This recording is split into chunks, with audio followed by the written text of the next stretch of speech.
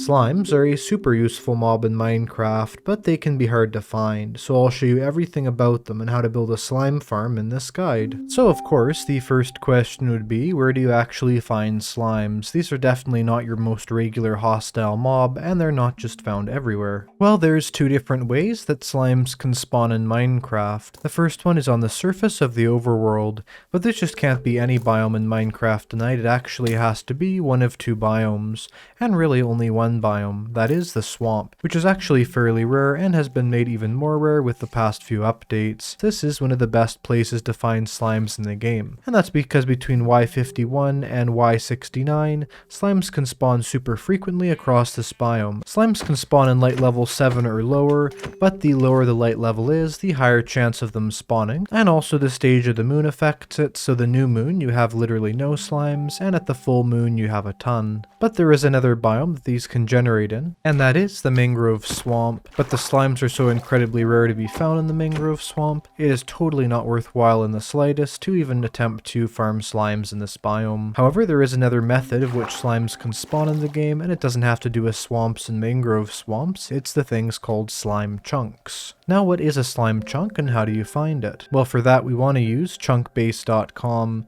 then go down to the seed map and zoom in on the area we're wanting to look at, and that'll show us the slime chunks. You can notice right here they're shown in green. These are full 16 by 16 block areas across the world where slimes can spawn. So once you find a slime chunk, like let's say this one, you can mark down the coordinates, go to that area. And by the way, this area is in no way limited to mangrove swamps or standard swamps. You can find slime chunks basically anywhere. And in Java Edition, you can press F3 and G on your keyboard to enable chunk borders. So we've just done the coordinate matching, and we found this is a slime chunk, so we can mark this out. And basically the way the slime chunk slime generation works is that slimes spawn inside of the slime chunks in Y40 and downwards. And this can be, unlike the swamps, at literally any light level. So actually the ideal thing to do is to light up areas in the slime chunks, and so you can farm slimes both of these ways. And later on in this video, I'll be showing off a super easy slime farm design that I invented that uses the swamp method. But before we get on to that, let's learn a little bit more about this slime mob.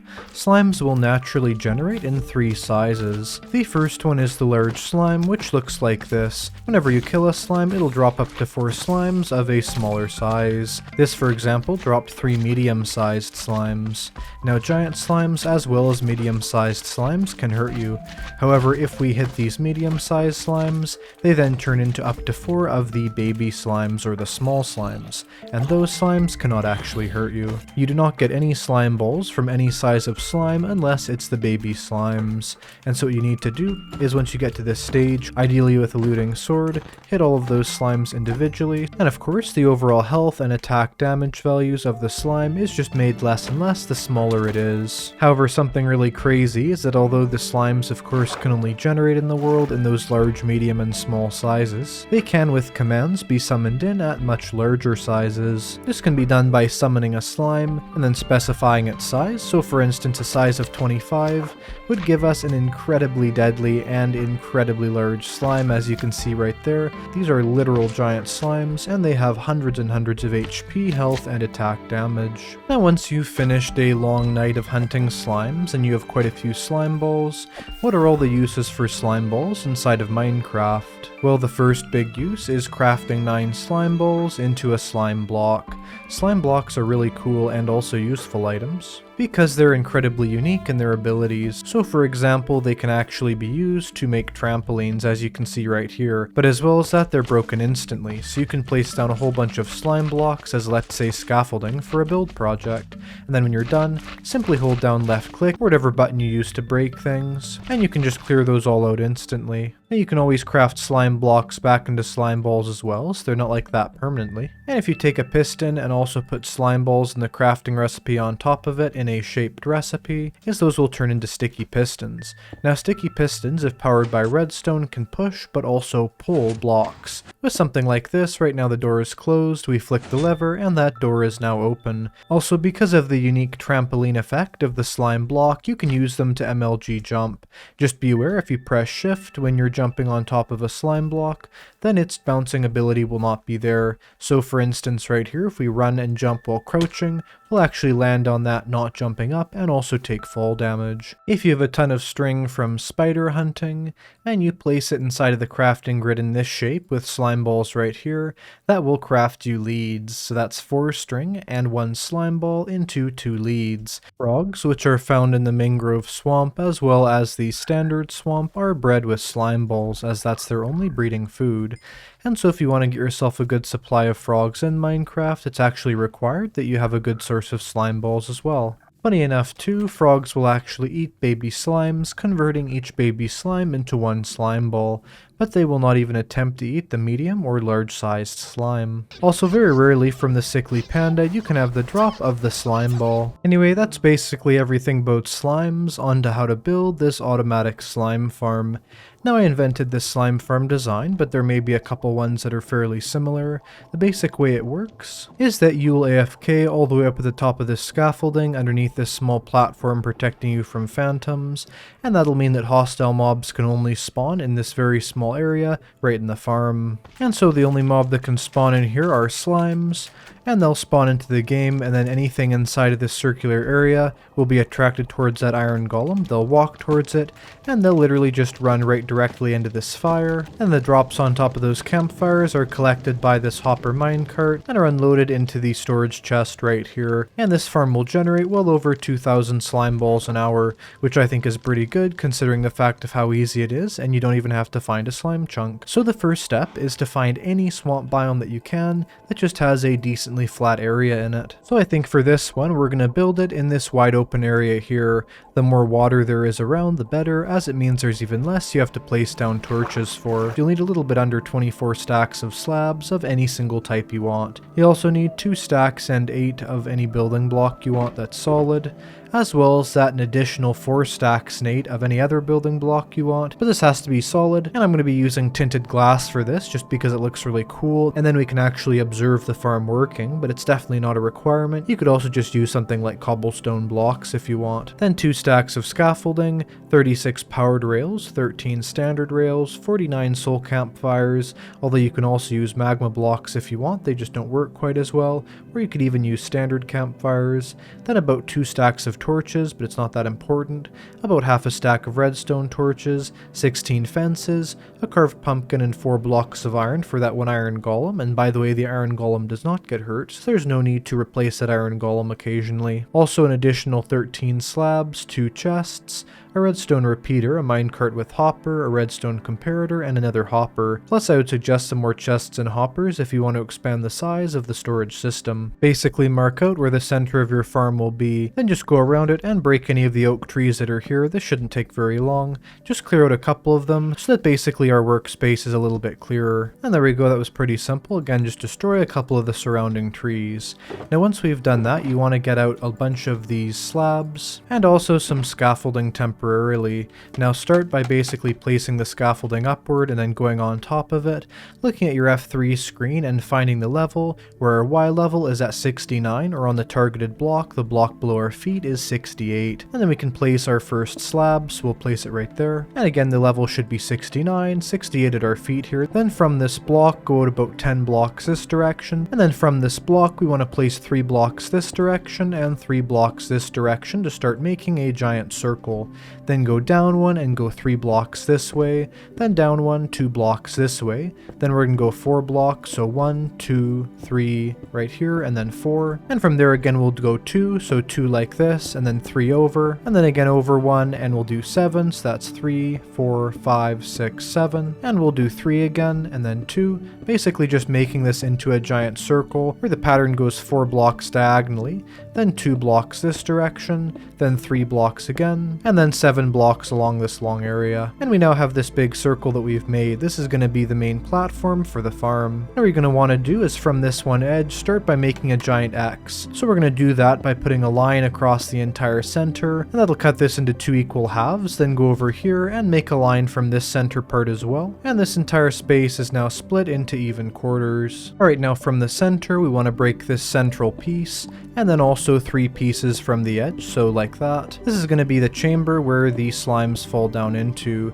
and then from that we're going to make a square out of that that's just going to be connecting these edges. The actual square in the center here will be 7 by 7, and the slabs outlining it should be 9 by 9. And now that we've done that, we need to completely fill these 4 quarters in with slabs. And I found the easiest way of doing this is looking at the side and just placing them 4 at a time like that, and we should have these 4 quarters done in no time. We've now filled in this entire space with slabs fairly quickly because this farm is actually quite easy to build. Now get to the center of the farm and place down slabs beneath these to form just these blocks around the edge into full blocks, keeping the rest of these as slabs. Once we've done that, then put blocks 3 blocks lower around the edge here. That'll kind of make a wall here that'll enclose in the slimes when they fall into the killing chamber. Now grab out of the chest the rails, as well as the supplies for the iron golem fences, redstone torches, soul campfires, and the other pieces of redstone supplies that are here, and place underneath here an entire layer of full blocks. Then we'll make ourselves a little exit on one side. Then on the edge here of the entrance, you want to break this block,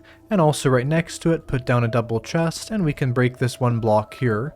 Grab a hopper and have the hopper be facing into that chest. Then we can replace those blocks there and break this. Place down a powered rail here, an unpowered rail next to it, then a line of powered rails, 2 on the edge so that the rail can turn around. Make the powered rails go all the way over to this side, place down 2 more unpowered rails, and basically continue this on so that the track sort of snakes along the entire area here, until eventually towards the edge it'll actually just hit into this wall and stay there. Now all of these are unpowered, so we have to change that by basically going underneath here and digging out some of these grass blocks. And underneath here place down redstone torches, and these redstone torches should power on all these rails except for this one right here. We need to grab a redstone comparator and place it right here. This means it's reading this hopper and it's facing sort of away from it with those 2 dots next to it. Then have that go into a solid block, and on top of that solid block place a redstone repeater.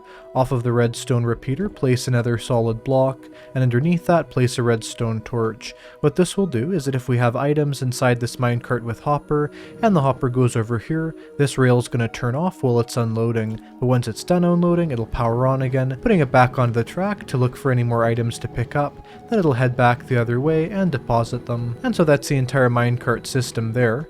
On top of this we want to put an entire layer of soul campfires. Literally every single block here should have a soul campfire on it. Now once we've done that, take the remainder of blocks out of these chests. You then want to go to the very center of these soul campfires and place down a temporary block. On top of that temporary block, place a non-temporary block, and surround that non-temporary block in fences. And make the fences go 1 block higher so that we have this sort of little fenced-in area. Now this next step is very important as it's what makes this farm only have slimes spawn in. Take redstone torches and 3 blocks away from the edge here like that. Place down a redstone torch. Do this in the center here so we can look 3 blocks this way, 3 blocks that way, and from here, go place it right there. So in the center of the square, 3 blocks away from it. Once we've done that on every side, then just make a grid of these shapes so you can see between here, these are going to be 6 blocks apart. Then from this torch, count 1, 2, 3, 4, 5, 6 blocks and place a torch there. Doing the same thing here, placing one in the corner there as well as one in the corner here, and from the center ones, counting over 6 blocks and placing them 6 blocks away from there. Once you've done that, we just have to place a couple more in the corners. So if you look right here where naturally the next torch would go is actually not existing, so just place it 1 block away like this. So if we kind of walk in a straight line from this torch and a straight line from this torch, it would go here. Just go 1 inwards from that, and do the same thing over here, placing a torch there, and again looking at that torch and that torch, placing it in this corner, and continue doing this. There should be about 1 in each corner, until eventually this is what it looks like. There'll be torches in this grid pattern, but there'll be 2 torches on every edge piece here that are off the pattern by 1 block. And that'll make it so that there's only slimes that spawn here, as it'll be too bright for anything else to spawn, but too dim to be spawn proofed from slimes. Now technically, if we put an iron golem in the center now, this farm is literally done already. However, of course we want this to work daytime and nighttime, or it's not that functional of a farm, so we're going to make it so it's dark in here. Start by off of the edge here, placing a temporary block, and placing tinted glass or literally any other solid block you want around the edge. This will go 1 block away from the furthest edge of this slab circle, and then from there place a temporary block again. We're going to place 3 blocks adjacent to that, continue continuing to form this circle off of there. And if you are building with it, the nice thing about tinted glass is you can actually break it with your hand and it'll still come back to you as tinted glass, no silk touch required. And you now have this area fully surrounded in tinted glass. And of course the final step to make this all be dark is on top of the tinted glass place a slab, then place another slab off of that and break the original slab, and surround this entire area on top here with those slabs. You can also place these from below if you'd rather. Alright, we've now covered the entire top of this in slabs, and you want to make your way to approximately the center. Now go back down to the killing chamber here, and just break the fences on these 4 central areas. As if they're there when we place this down, that'll have it so that the iron golem will not be able to get into its correct place, and we'll replace those in just a second. Now off the side of that fence, place a temporary block, place a block of iron on top of that, break that block, then make that traditional iron golem T shape, and on top of that place a carved pumpkin. That should fall down into place, and then we can just put these slabs all the way across the top here, simply marking with a double slab the very central location. And with your scaffolding, you want to place a stack and 55 scaffolding right here. This will make this go up to the right Y level, as 2 stacks of scaffolding would actually make it so that the entire farm is out of the area where mobs can exist around the player. But with a stack and 55 scaffolding going up here, it makes it to be just enough. And above the highest piece of scaffolding, we want to place 2 dirt temporary blocks. Then on top of that, with those 13 extra slabs, make a small platform on top of here, and now the farm is basically done. All you have to do is be at the top of the farm, and of course make sure that the minecart and all that is working effectively, and more or less what's happening right now is the only place in this entire world that mobs can exist are inside that area of our farm that's dark, but just light enough so that the slimes can spawn, however nothing else. And if we jump down to the bottom of our farm right here and take a look, we have a baby slime that spawned in and is running towards that iron golem. But we do have one issue you may notice, and underneath the farm here there is a skeleton. That's because we have night vision on, but with it off you can notice it's actually dark under here, dark enough for mobs to spawn. And so what we need to do is take those 2 stacks of torches you collected and simply go around the area to any place that has land and is not just of course water, and just place down sparingly some torches. Something good to remember is that in Minecraft 1.18 and onwards, no standard hostile mobs can spawn unless the light level is literally 0. And so by just running around here placing some torches, we should be good. Also, even when it turns nighttime, you don't have to place them very far out, because only a very small area down here is loaded in. And so just like that, by placing down a couple torches underneath our farm, we've made it way more efficient. One other thing that some people might worry about is that there'd be caves underneath here that mobs could spawn in, but there's nothing to worry about, because the area where mobs can spawn actually stops very high up when we're all the way in our AFK spot, and any caves that are high up enough should be filled with water. But either way, that is the farm now done, and this will now effectively get us over 2,000 slime balls an hour, which I think is great for how simple it was. And that is also basically the end of this slime guide. As you can even see inside the farm here, there's a bunch of baby slimes that have been knocked down a bit by the iron golem, and they're running towards the center here, getting killed on the soul campfires, and having their drops be collected by the hopper minecart and then put inside of the chest right here. And we've literally already gotten 25 slime balls for that farm running for like 2 seconds. Anyway, I hope you enjoyed that slime and slime farming guide. If you did, make sure to squish the like button, subscribe to see more content like this, and I will see you in the next one. Goodbye!